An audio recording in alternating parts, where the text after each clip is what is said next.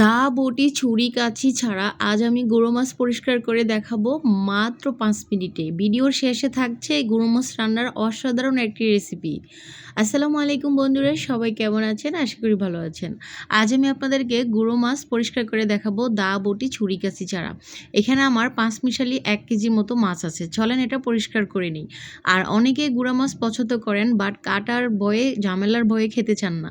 এইভাবে যদি গুঁড়ো মাছ পরিষ্কার করে রান্না করেন তাহলে আপনি ১০ কেজি মাছ ৩০ মিনিটে পরিষ্কার করে নিতে পারবেন। কোনো ঝামেলাই লাগবে না। যারা গুঁড়া মাছ খেতে পছন্দ করেন বাট ঝামেলার ভয়ে খান না, পরিষ্কার করার ভয়ে খান না, তারা আজকের ভিডিওটা মনোযোগ দিয়ে দেখবেন। একটা হাঁড়ির মধ্যে আমি সম্পূর্ণ গুঁড়ো মাছগুলো ঢেলে নিয়েছি। এখন এখানে দিয়েছি আমি ১ চামচের মতো ভর্তি করে লবণ। লবণ দিয়ে এই মাছগুলোকে আমি আলতো হাতে এইভাবে করে ডলতে থাকবো। বন্ধুরা একটু সাবধানে করবেন, যদি এখানে কাঁটাওয়ালা কোনো মাছ থাকে সেটা অবশ্যই বেশি আলাদা করে নিবেন, তাহলে হাতে লাগলে কিন্তু ঝামেলা হতে পারে। তো দেখেন আমি হাত দিয়ে আস্তে আস্তে করে লবণ আর মাছগুলোকে হাঁজির সাথে ফিশিয়ে এভাবে করে ঢলে নিচ্ছি। আর এই কাজটা আপনারা ২ বারে করবেন, প্রথমে একবারে করবেন না। প্রথমে একবারে করে ১ মিনিট পরে এটাকে ধুয়ে নিবেন। দেখেন আমি এখন বেসিং এটাকে খুব ভালো মতো করে ধুয়ে নিব। আর প্রথমবারেই দেখেন এটা কত সুন্দর, প্রায় ৭০% এর মতো পরিষ্কার হয়ে গিয়েছে। আপনারা বেসিংয়ের নিচে যে পানিগুলো পড়তেছে সেটা দেখেই বুঝে গিয়েছেন। আর এইভাবে গুঁড়ো মাছ পরিষ্কার করে রান্না করে খেলে কিন্তু আপনার কাছে কোনো বিরক্তিই হবে না। মনে হবে আপনি বড় মাছই কেটে রান্না করেছেন, এমন মনে হবে। আমারও কিন্তু গুঁড়ো মাছ অনেক পছন্দ। আমি আগে পরিষ্কার করার ভয়ে খেতাম না। বাট এখন যখন আমি এভাবে পরিষ্কার করা শিখে গিয়েছি তখন এখন আমি গুঁড়ো মাছটা অনেক বেশি রান্না করি, অনেক বেশি খাই, আমার অনেক পছন্দ। বন্ধুরা প্রথমবার এভাবে করে একবার পরিষ্কার করে নেওয়ার পর একটা কাঁচি নিয়ে তারপরে যে বড় মাছগুলোর যেরকম ২ পাশে থাকে কাঁটাগুলো, সেগুলো একটু হালকা করে এভাবে একটু কেটে দিবেন। তাহলে আপনাদের আর দা, বটি, কাঁচি নিয়ে বসতে হবে না। জাস্ট বেসিংয়ে দাঁড়ানো থাকা অবস্থায় আপনারা এইভাবে করে বড় মাছগুলোকে একটু প্রসেসিং করে নেবেন, তাহলে হয়ে যাবে। তো দেখেন অনেকে তো আবার কাটেই না, ধোয়ার পরেই রান্না করে ফেলে দেয়। আমি একটু কেটে আপনাদেরকে দেখিয়ে দিলাম, যদি আপনারা কাটতে চান। আমি আবার একটু কেটে নেই। তো আমি আবারও একটু ভালো মতো করে দেখো হাত দিয়ে এভাবে করে হাঁজির সাথে মাছগুলোকে ঢলে ধুয়ে নিচ্ছি। আর এই কাজটা অনেকেই করে, বাট মাছগুলো ঘন্টার পর ঘন্টা বটি দিয়ে বসে কাটে, কাটার পরে আবারও এসে হাঁজি দিয়ে এইভাবে করে ধোয়। মানে একটা কাজ তারা ২ বার করতেছে।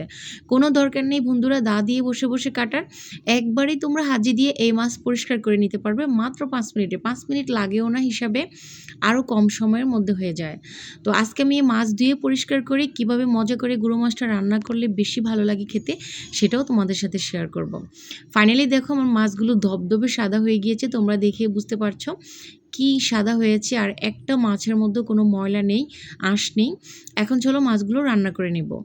মাছগুলো রান্না করার জন্য একটা পাইপেন নিয়েছি। পাইপেনে আমি টমেটো কুচি, একটা আলু কুচি, পেঁয়াজ কুচি, কাঁচামরিচ কুচি একসাথে করে উপকরণগুলো ঢেলে দিয়েছি। স্বাদ অনুযায়ী দিয়ে দিচ্ছি লবণ। আর এখন লবণ দিয়ে সবগুলো উপকরণ আমি হাত দিয়ে ডলে একদম নরম করে নিব, যতক্ষণ না মরিচ, টমেটো, পেঁয়াজ থেকে পানি বের হচ্ছে। আর এইভাবে হাতে মাখা গুঁড়া মাছটা দিয়ে তুমি নিমিষেই ২ প্লেট ভাত খেয়ে নিতে পারবে, এত বেশি মজা হয়। যেমন গ্রাম তেমন একদম স্বাদে কিন্তু অতুলনীয়। তোমরা কে এভাবে হাতে মেখে গুঁড়ো মাছ রান্না করেছো অবশ্যই কমেন্টস করে জানাবে। বন্ধুরা এখন আমি এখানে অন্যান্য উপকরণগুলো দিব। ১ টেবিল চামচের মতো আদা রসুন বাটা, হাফ টেবিল চামচের মতো ধনিয়ার গুঁড়া, জিরার গুঁড়া, হলুদের গুঁড়া সব হাফ টেবিল চামচ করে দিয়েছি। এখন দিয়ে দিব হচ্ছে সরষের তেল। আমি হাতে কিছুটা সরষের তেল নিয়ে নিচ্ছি। এখন হচ্ছে সবগুলো উপকরণ আমি আবারও ভালো মতো করে মেখে নিব। আর এই রান্নাটা তোমরা যখন হাত দিয়ে মাছটাকে মাখাবে তখনই মনে হবে একটু খেয়ে নেই, এত লোভনীয় লাগে দেখতে, কি আর বলবো। গরম ভাতের সাথে তো জাস্ট অসাধারণ, আর কোনো কিছুর প্রয়োজন হবে না। একটা রেসিপি তোমার গোস্ত মাছের কাজ সেরে ফেলবে, এতটাই মজার। এখন হচ্ছে মাছগুলোকে দিয়ে জাস্ট আলতো হাতে মেখে নিব। এখন কিন্তু চাপাচাপি করা যাবে না, তাহলে মাছগুলো ভেঙে যাবে। আর মাছগুলো ভেঙে গেলে রান্না করার পরে দেখতে সুন্দর লাগবে না।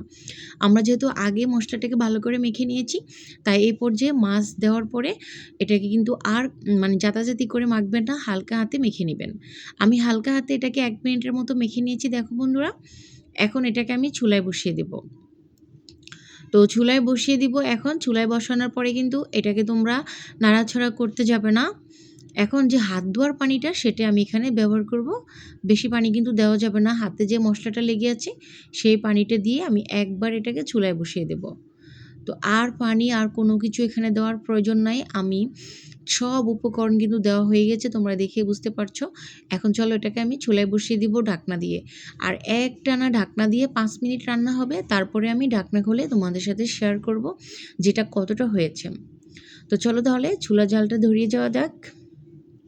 তো চুলায় এটা বসিয়ে দিয়ে আমি 5 মিনিট রান্না করেছিলাম। 5 মিনিট পরে দেখো অনেকটাই হয়ে গিয়েছে, প্রায় 80% এর মতো হয়ে গেছে। এখন আমি কিছুটা ধনিয়া পাতা দিয়ে দিলাম। ধনিয়া পাতাটা দিয়ে এটাকে আমি আরও 2 মিনিটের মতো চুলায় রাখবো। তারপর এটাকে আমি নামিয়ে পরিবেশন করে তোমাদেরকে দেখাবো যেটা কত বেশি লোভনীয় হয়েছে। বন্ধুরা দেখো, গরম গরম হাতে মাখা গুঁড়া মাছ রান্না এখন তো শুধু গরম ভাতের সাথে জমে যাবে বলার বাইরে। মানে আমার কাছে গরুর মাংস, মুরগির মাংস, মাছ সব কিছু চাইতে কিন্তু এই গুঁড়ো মাছটা আমার অনেক বেশি পছন্দের। তোমরা কে কে আছো আমার মতো গুঁড়ো মাছ লাভার, কমেন্টস করে জানিয়ে দিও। ফাইনালি দেখো বন্ধুরা, আজকের মাছ রান্নাটা কত বেশি লোভনীয় হয়েছে। আমার কাছে তো ভীষণ ভালো লেগেছে। তোমাদের কাছে কেমন লেগেছে কমেন্টস করে জানাতে ভুলবে না। আজকের মাছ পরিষ্কার এবং রান্না কেমন হয়েছে কমেন্টে জানিয়ে দিও। আজকের মতো আল্লাহ হাফেজ।